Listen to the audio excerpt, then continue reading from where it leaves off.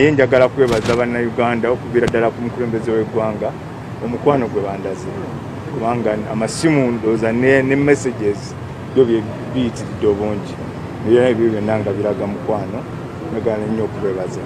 Njagala okwebaza omwana owa boda boda eyeewaayo n'antwala we bampeera first aid Malcolm X. Omwana oyo yakola nnyo, yafuba nnyo kubanga n'emmotoka zampitangako naye omwana ye n'asalawo n'aga nti alina okuntwala. Njagala okwebaza abasawo bu Malcolm X we nasooka okufunira first aid kubanga those first minutes are very critical. They were very critical. Nali mbuliidinze nnyo nga avuddemu omusaayi mungi naye baafuba nnyo okulaba ne bastopinga breeding nemba nsobola okutuuka. Enkya ya leero abakulira eddwaliro lino bategeeza nga Katumba bwe yalongoseddwa olunaku lw'eggulo ekyatutte essaawa 3 nnamba. Yazze ne bakola full assessment medical team n'abanga yeetaaga okulongoosebwa bamulongoosezza surgery neba successful.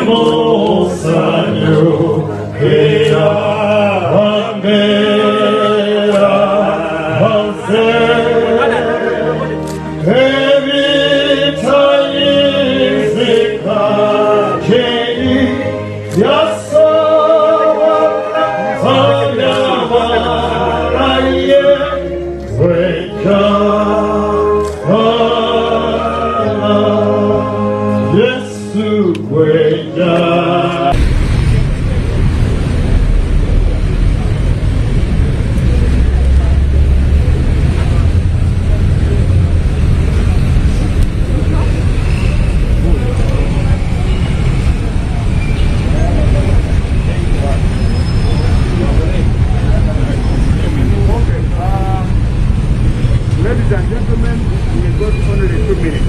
Okay? Please don't ask me. Don't question me. I'm not going to refer. Thank you.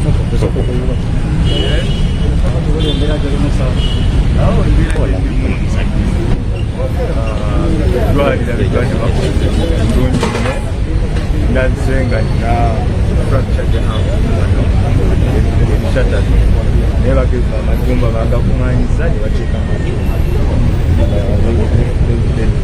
Sasetali yabademu banzijanjabye bulungi kulya kati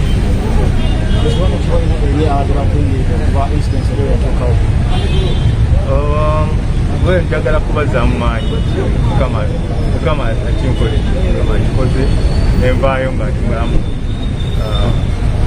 Twafiirwa omwana abingi mwebyo byaliwo naye zonna nteekateeka za mukama ayinza kukyusa kiba kizze naye njagala kwebaza bannayuganda okuviira ddala ku mukulembeze w'eggwanga omukwano gwe bandaze kubanga amasimu ndowooza ne messages byo biyitiridde obungi byona ebyo byonna nga biraga mukwano. Njagala okwebaza omwana owa boda boda yeewaayo n'atwala bampeera first omwana oyo yakola nnyo, yafuba nnyo kubanga n'emmotoka zampitangako naye omwana ye n'asalawo n'aga nti alina okumutwala. Njagala okwebaza abasawo bu Malcolm X nasooka okufunira first aid kubanga those first minutes are very critical. Nali mbuliidinze nnyo nga avuddemu omusaayi mungi naye baafuba nnyo okulaba ne bastopinga breeding nsobola okutuuka. Nolwekyo mwenna mbebaza bannamawulire and I thank God.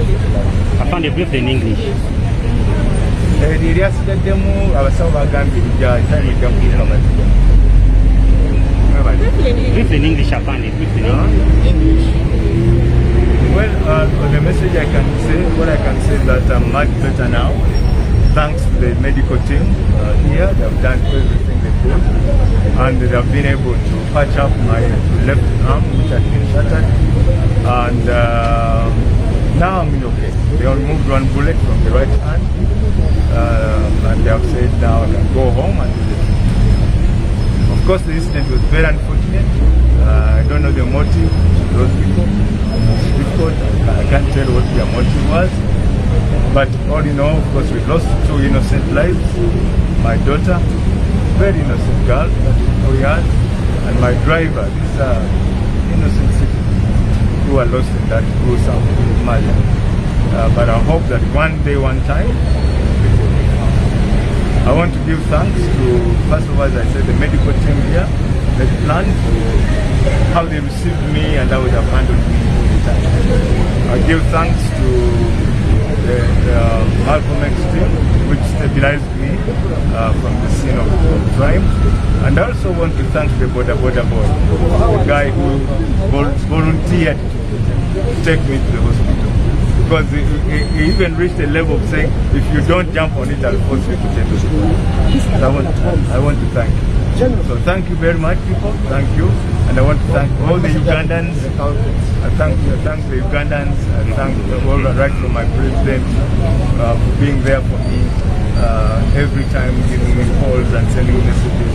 I really appreciate it. Thank you.